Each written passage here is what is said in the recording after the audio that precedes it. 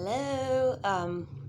So every time I come here, I'm talking about something going on with my life, somebody that's doing something that I'm having to shield and block from, and other stuff, trying to help everybody on the same path if you're going through what people are doing to you.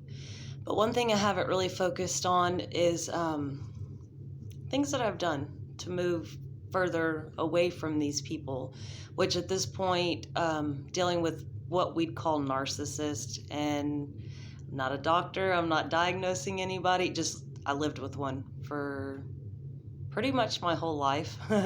I switched out the originals being the birth parents for a dude that I thought was heaven sent, and found out later I was wrong. So, just little tips that I've learned from that relationship, and ways that I coped to get out of that. So, one thing I did was I wrote this book, The No Contact Zone. And it's on Amazon right now. But when I wrote this, I was in the middle of being in Mexico with my kids, and my husband had decided that he was going to turn my 12-year-old son against me to kind of keep us stuck, because I wasn't leaving without both of my children. And so the devil wanted to play a game. So I sat and I wrote this book in 3 days. And it just kept coming to me, and then I would hit a what you call writer's block, and I'm like, what's the next step? What's the next step? I don't know. And then he'd do something, and I'm like, oh, there it is. So in this book, there's a little bit of truth and a lot of fantasy and sci-fi. So I don't know. I just thought I'd put that out there because, like I said, I haven't really talked about anything I've done to progress past that moment in time. So that was 2 years ago. And the same time I was working on that, I was working on this. So this big ass thing that I still have yet to do something with. I know I'm umming a lot, but I'm just trying to find the words to get on a new path to where I'm not complaining. Instead, I'm starting to help. So the purpose of this stack of paper was to walk myself through healing as I was walking out of trauma. And every single day, I had a very structured way of life.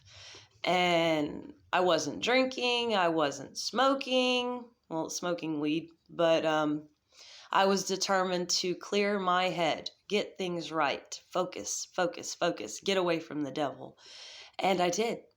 And it took a lot to leave 16 years behind, but at the same time, I knew it was the beginning. And the funny thing is, the last thing he said to me was, I wouldn't be who I am or where I am today if it weren't for you. And I wouldn't change a thing. And that hit hard. That really, it hurt that somebody wouldn't change all of the trauma that they brought to my life, all of the hatred, all of the competition they put me in, all of the self-degradation that they put me through, that they wouldn't change that because it made them feel better.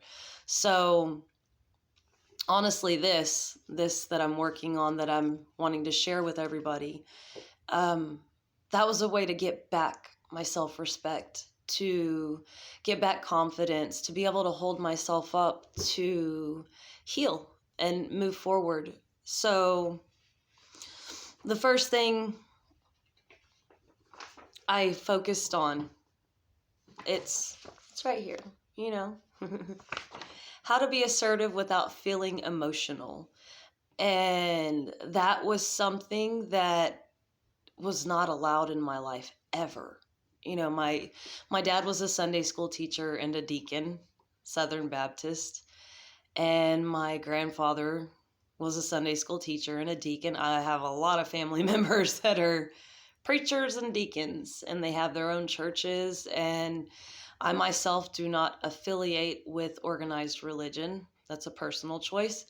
Um, Everyone keeps saying I'm a spiritualist, and I don't see myself as that, but whatever.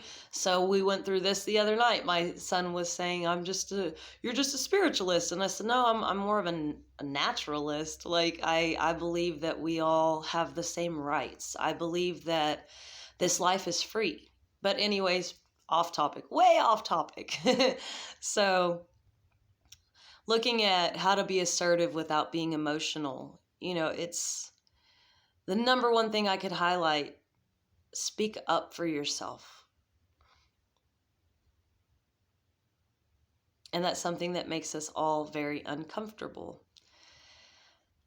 Why does it make us uncomfortable?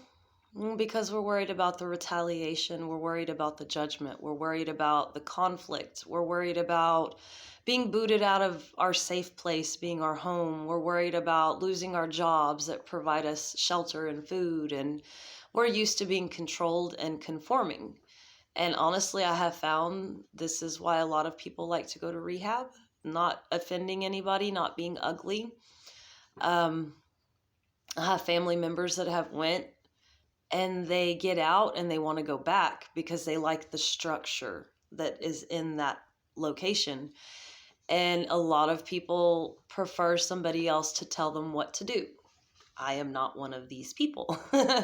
I like to choose my own life. I like to decide what is best for me. I like to do the things that fulfill my soul. I like to have adventure. I like to do things on a whim. There's a lot of freedom in choosing for yourself.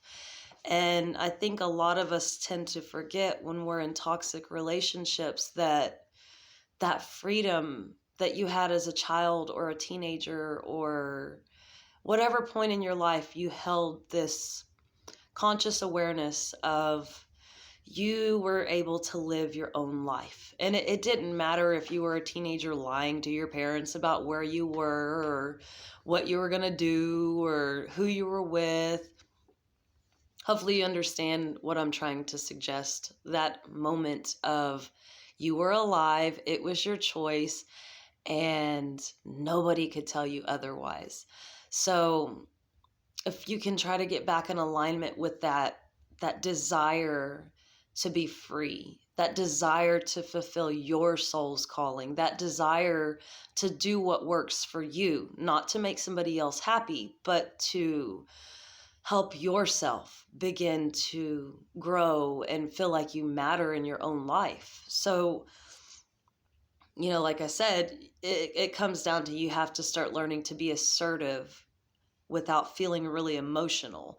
So in that sense, I mean, someone says something and, I'll give you an example.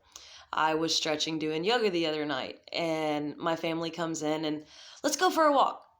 And I was like, I'm doing something right now. I know, but I want to go for a walk. And I was like, okay, go for a walk. I'm doing something right now. And they started getting irritated. And I was like, you don't have to wait on me. I'm doing something. You do what you want. So in that moment, I had to be assertive, not in an ugly way, not yelling at them. I'm already fucking doing something. Leave me alone. Why would I do that? I'm already trying to do yoga and stretch and woo-saw. So to let somebody else come in and interfere with you trying to unwind, that's where I'm saying don't be emotional. Don't allow you don't see I'm doing something? Don't allow your ego to step in and blow up a situation that you can just merely be assertive and not be emotional. So in the end, my son took my dog for a walk and that was it. So we discussed the matter the next day. And I said, y'all could have waited 5 minutes. I would have gone, well, you didn't say that. Okay, well, no matter how it went, there was a miscommunication based off of what was going on, but nobody got hurt. There was no arguments. The night didn't explode because I was being assertive without being emotional. Had I brought emotion into the situation, the whole thing would have exploded undoubtedly. So it's on each one of us to start deciding how we're going to allow others to treat us. Because oddly, people will only treat you the way that you teach them you are okay being treated. And if you falter on this, if you go back and forth, one day it's okay, the next day don't you dare, and then it's okay, and then don't, there's no consistency. So it's just like when you're training a dog, without that consistency, they don't understand that you want them to go outside all the time to go to the bathroom. You know, if you're lazy and you get drunk and sleep in and your dog's wandering around, they don't have thumbs. They can't go outside.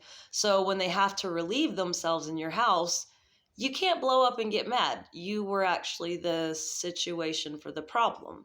So instead of understanding, when you're repetitious, when you keep up with the practice, when you no, I want it this way, no, I want it this way, no, I want it this way, and then if nobody hears you, then you back up and you say, you know what, do it your way, but I'm not going to be around to pick you up. I'm not going to be around for you to scream out when you're pissed off. I'm not going to take the blame, and I'm not responsible for your emotions.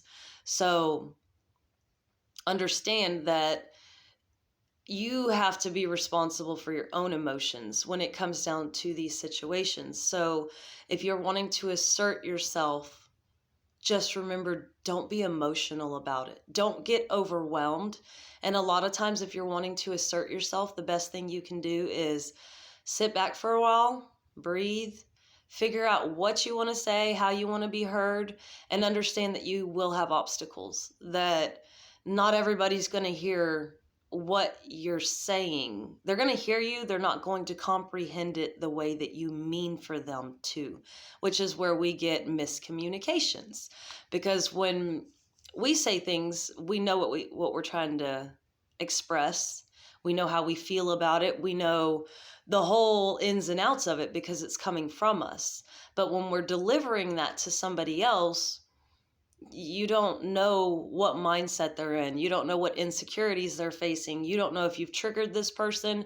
You don't know if they have things going on in their life that you're not aware of. You don't know if you're going to offend them. You know, the list goes on and on. So you can't ever expect anybody to take what you're saying exactly how you're meaning it. So the way to keep from getting really emotional, that's the first step. And the second one is, do not get triggered. Do not let somebody shut you down because they lash out, they become emotionally immature. If they start getting violent, you know, you might want to find a safe place and let that be. And if you can't have the conversation and it continues like that regularly, you might have to consider getting out of that relationship, because that person is obviously shut down emotionally, and they're not going to be able to communicate with you on a mature emotional level. So that's another thing. I mean, we all have to work on the traumas that we have from childhood. We have to focus on healing. We have to focus on communicating. We have to focus on our own thoughts and our wants and where we intend on going with our lives. And, you know, life is not just one big party. And I think a lot of people don't realize that. If you don't put thought into your day or what you're wanting, then you're going to start finding that you're basically a victim of your own life and the people you surround yourself with. So hopefully, I don't know if I've said anything that helps, but I hope I did. There was a challenge. I had challenges that come with this.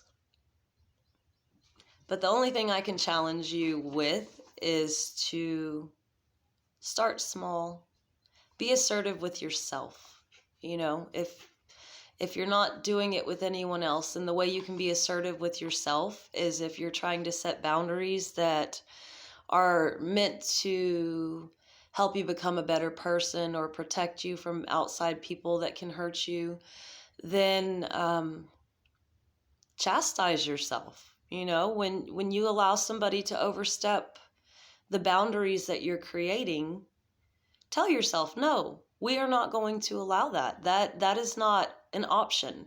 I said I won't allow this, so I will not allow this, because there's that back and forth again. If you allow it sometimes, then you're telling yourself it's okay anytime. And then you might often feel like you're overreacting when it was okay yesterday, but it's not okay today. So just remember to be consistent with being assertive. Don't back down. Don't let anyone cower you down, because the one thing you have that you're in control of is your own life. So be assertive. I know it's hard. It's first step, baby steps.